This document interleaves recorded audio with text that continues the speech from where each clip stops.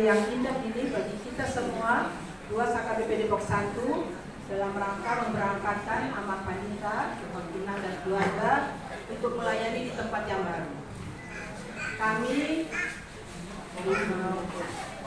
para tuan dan bulan dan semuanya berdoa dan memohon kepada Tuhan pelayanan Amang semakin ditingkatkan, Amang semakin dikuatkan bersama Inang seperti tadi khotbah dan nasihat dari Amang Tereses dan Amang Uluan, sehingga Amang dan Inang bisa lebih berkarya dan nama Tuhan semakin dipermuliakan.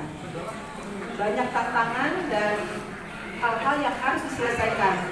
Tadi sudah dipesankan, kiranya itu kami berdoa, kiranya Amang Pendeta bisa melaksanakan tugas dan tanggung jawab yang dibuatkan Tuhan kepada Amang dan Inang, sehingga kami Ruas yang ditinggalkan merasa bangga, Ruas yang didatangi merasa senang, nama Tuhan yang dipermuliakan, Amang dan Inang bersukacita. Itulah doa kami, dan kami mohon maaf kalau kami Ruasnya Amang dan Inang pasti banyak kekurangan dan kesalahan. Maafkan kami, doakan kami agar parokuan semakin berkembang dan semakin bisa ambil bagian di dalam pelayanan gereja di HKBP Depok 1. Terima kasih.